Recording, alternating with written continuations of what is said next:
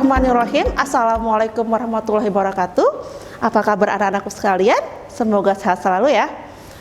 Kesempatan kali ini Ibu akan menjelaskan tentang kelarutan dan KSP. Semoga video pembelajaran ini membantu kalian lebih memahami apa kelarutan dan KSP. Oke, yang pertama, kelarutan dengan lambang S, solubility. Ini adalah jumlah maksimum zat terlarut yang dapat larut dalam pelarut tertentu.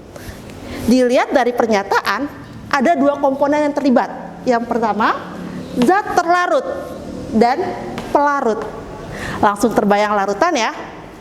Untuk menjelaskan tentang kelarutan ini, kita ambil contoh membuat larutan garam. Pada pembelajaran sebelumnya, kalian pernah mencoba untuk membuat larutan garam. Ketika kita memasukkan sendok garam ke dalam pelarut, di mana pelarut yang kita gunakan adalah air, 1 sendok garam dimasukkan, kita aduk, garam akan terlarut. Apakah ini kelarutan yang kita maksud di sini? Oke. Titik tekannya adalah pada jumlah maksimum. Jumlah maksimum zat yang dapat larut dalam pelarut tertentu. Jadi ketika garam masih bisa larut, itu belum maksimum, nak. Tambah lagi, masukkan garam, kita aduk lagi, masih bisa larut, terus tambahkan hingga sampai pada kondisi di mana garam tidak terlarut semuanya. Jadi inilah yang dimaksud dengan kelarutan. Jumlah maksimum zat terlarut yang dapat larut dalam pelarut tertentu. Dari pernyataan ini, kita dapat merumuskan untuk kelarutan zat terlarut dan pelarut.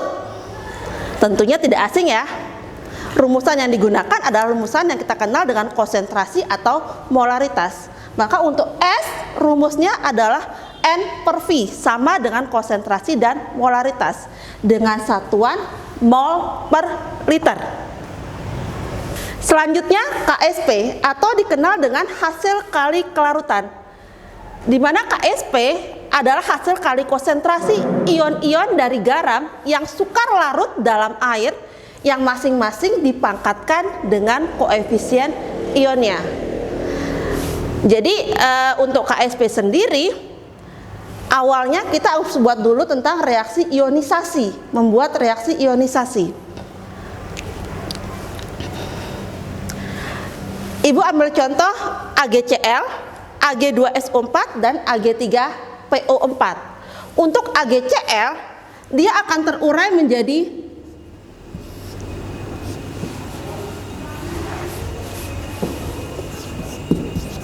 Ag plus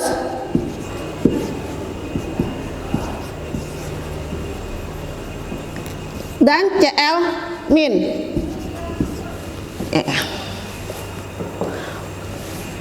Ag2SO4 terurai menjadi 2Ag plus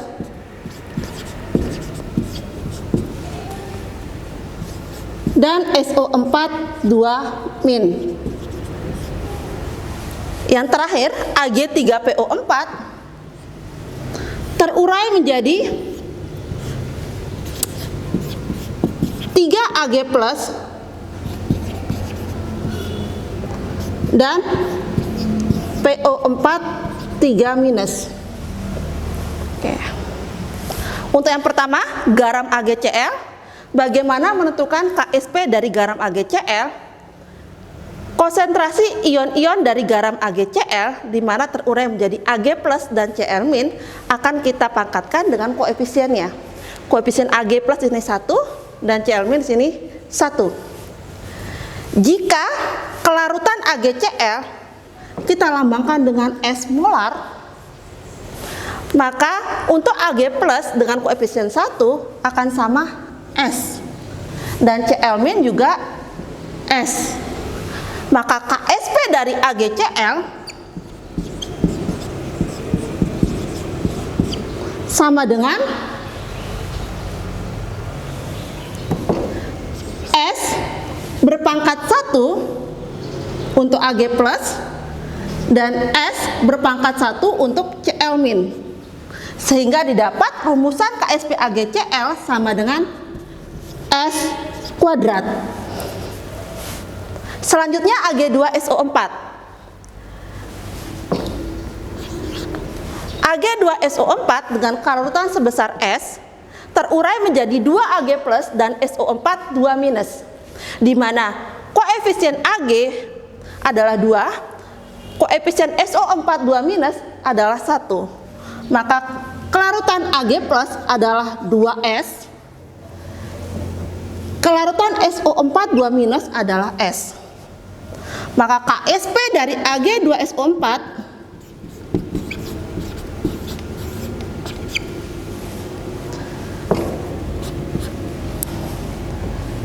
konsentrasi atau kelarutan dari Ag plus berpangkat koefisiennya 2S pangkat 2 dikali kelarutan SO4 2 minus berpangkat koefisiennya S. 2S pangkat 2 sama dengan 4S kuadrat dikalikan dengan S, maka akan didapat 4S pangkat 3. Maka KSP Ag2SO4 adalah 4S pangkat 3. Selanjutnya Ag3PO4 yang terurai menjadi 3 Ag plus dan 1 PO4 3 minus. Jika kelarutan Ag3PO4 sebesar S, maka untuk Ag plus dengan koefisien 3 sebesar 3S dan PO4 3 minus dengan koefisien 1 sebesar S. Maka KSP dari Ag3PO4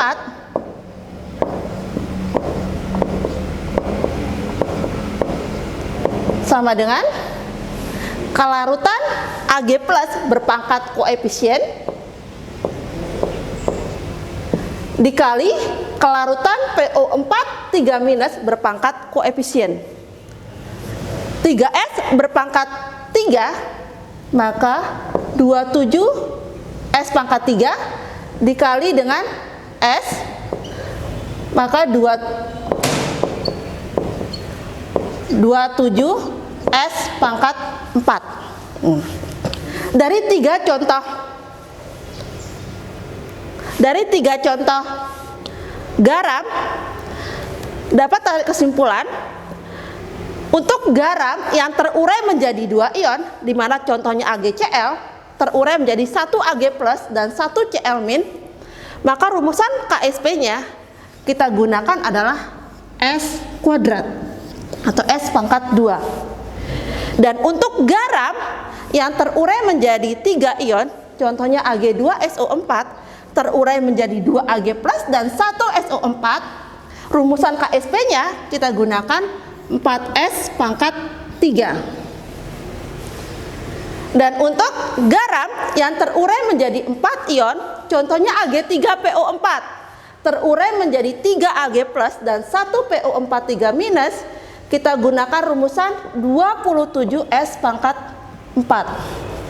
Rumusan dari ketiga contoh garam ini bisa digunakan untuk menentukan KSP ataupun sebaliknya untuk menentukan kelarutan. Untuk lebih memahami tentang kelarutan, kita lanjut ke soal ya. Seorang siswa melarutkan padatan AgBr 1 gram, di mana 1 gram sama dengan 1000 mg ke dalam 1 liter air. Setelah diaduk, terdapat 998,81 mg endapan AgBr. Jika MR-nya sama dengan 188, berapa kelarutan AgBr dalam satuan mol per liter? Dari soal kita bisa tahu massa AgBr yang larut itu adalah 1000 mg dikurangi dengan endapan sebesar 998,81 mg, maka akan terdapat 1,19 mg atau setara dengan 1,19 kali 10 pangkat min 3 gram. Jika massa tersebut kita ubah menjadi mol, maka AgBr yang larut, gunakan rumus massa ya, massa per MR, di mana 1,19 kali 10 pangkat min 3 dibagi dengan MR-nya sebesar 188. Kita dapat mol sekitar 6 kali 10 pangkat min 6 mol. Oke.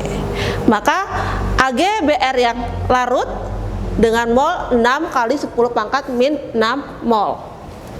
Kelarutan AgBr sendiri dengan diketahui mol sebesar 6 kali 10 pangkat min 6 mol dengan rumusan N per V,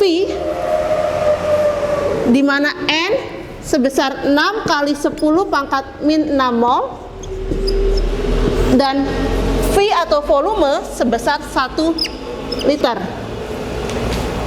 Maka didapat kelarutan dari AgBr sama dengan 6 kali 10 pangkat min 6 mol per liter. Untuk contoh soal selanjutnya, jika kelarutan garam perak sulfat Ag2SO4 dalam air adalah 1,5 kali 10 pangkat min 5 molar, tentukan hasil kali kelarutan garam tersebut. Dari soal yang diketahui adalah kelarutannya dan yang ditanyakan adalah hasil kali kelarutan atau KSP. Langkah pertama, kita buat dulu reaksi ionisasinya, di mana Ag2SO4 terurai menjadi 2Ag plus dan SO4 2 min. Jika kelarutan Ag2SO4 sebesar 1,5 kali 10 pangkat min 5, maka untuk Ag plus dengan koefisien 2 adalah sebesar 3 kali 10 pangkat min 5. Dan SO4 dengan koefisien 1 itu sebesar 1,5 kali 10 pangkat min 5. Kita masukkan dalam rumusan KSP, maka Ag plus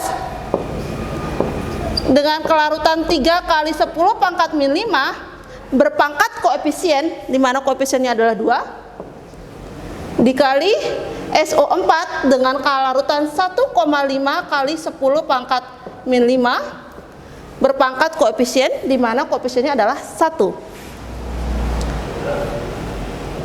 Untuk yang Ag plus 3 berpangkat 2, 9 kali 10 pangkat min 10 dikali 1,5 kali 10 pangkat min 5.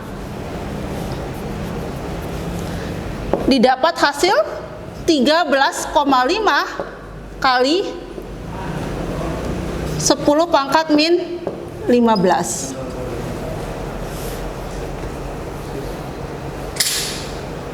Oke. Sekian untuk video pembelajaran hari ini. Semoga apa yang Ibu sampaikan bisa membantu kalian untuk memahami apa itu kelarutan dan hasil kali kelarutan. Assalamualaikum warahmatullahi wabarakatuh.